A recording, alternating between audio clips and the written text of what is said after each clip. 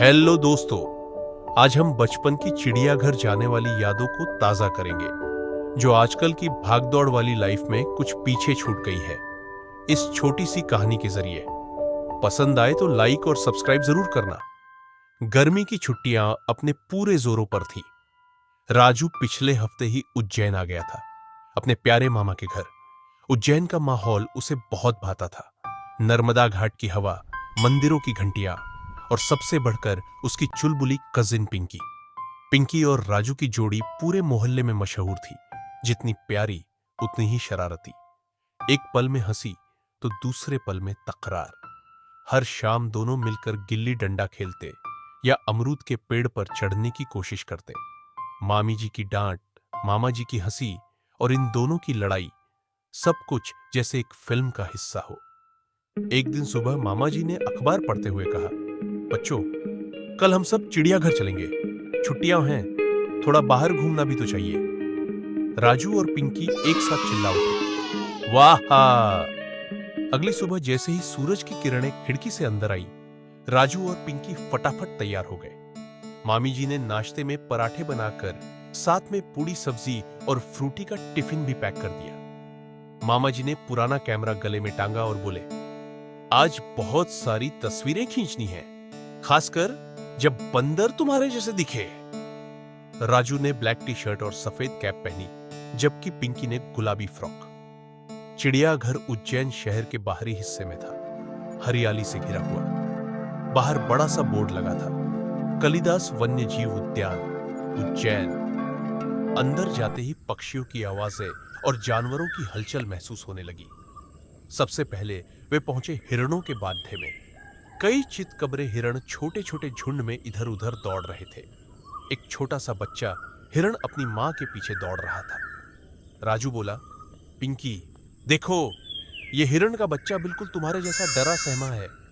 पिंकी ने नाक सिकोड़ते हुए कहा, और ये जो पीछे पड़ा है ना, वो बिल्कुल तुम जैसे चिपकू भैया लग रहे हैं।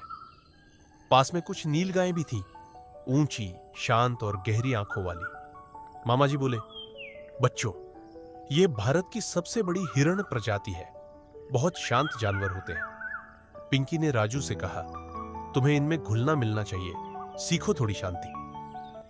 बंदरों के पिंजरे के पास पहुंचना किसी फिल्मी सीन से कम नहीं था। कुछ बंदर झूले पर झूल रहे थे, एक दो जमीन पर उल्टे पुल्टे करतब दिखा रहे थे। एक बंदर तो लोगों की तरफ देखकर मुंह चिढ़ा रहा था। राजू हंसकर बोला, देखो पिंकी, तुम्हारा बड़ा भाई बैठा है पेड़ पर।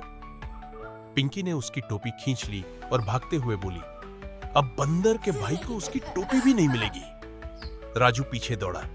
मामा जी ने कैमरे से उनकी शरारतों की तस्वीरें खींच ली।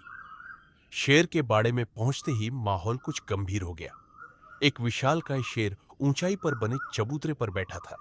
उसकी सुनहरी अयाल हवा में उड़ रही थी। आंखों में एक अलग ही गहराई थी, जैसे पूरी दुनिया को समझ चुका हो। मामा जी बोले, राजू, यह है जंगल का राजा। ये जितना शांत दिखता है उतना ही ताकतवर है। पिंकी ने कहा, राजू भैया, अगर ये तुम्हारे पीछे भागे तो तुम कितनी दूर तक दौड़ सकते हो? राजू ने कहा, मैं नहीं, तुम दौड़ना, क्योंकि ये शेर शरारती बच्चों को पहले खाता है। अचानक शेर ने जोर की दहाड़ लगाई।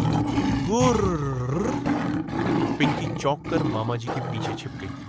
आगे बाघ का बाड़ा था और वहां था एक सफेद बाघ जो शान से चहलकदमी कर रहा था। उसकी चाल में एक अजीब सी शूखी थी। राजू बोला, ये तो किसी मॉडल की तरह वॉक कर रहा है। तेंदुआ पास की चट्टानों के बीच छुपा बैठा था।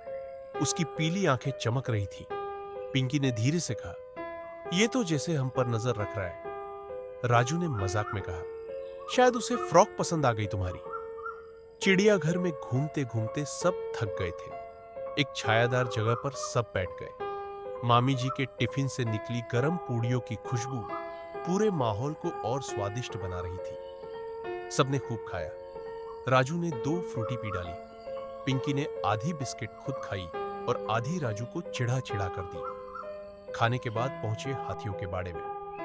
एक हाथी धीरे धीरे चलते हुए पानी की टंकी की ओर गया और सूंड से पानी उड़ाने लगा। पिंकी ने कहा, अगर ये सूंड से मुझे पानी फेंक दे तो मैं भीगी बिल्ली बन जाऊंगी। राजू ने हंसते हुए कहा, फिर मैं तुम्हारी तस्वीर खींचकर इंटरनेट पर डाल दूंगा। भीगी पिंकी। मोरों के बाड़े में एक मोर नाच रहा था। उसकी पंखुड़ियां हवा में फैल रही थी। पिंकी ने तालियां बजाई। वाह, कितना सुंदर डांस है। राजू बोला, अब तुम भी मोरनी बन जाओ और शुरू हो जाओ। सांपों और मगरमच्छ का रोमांच आखिरी सेक्शन था।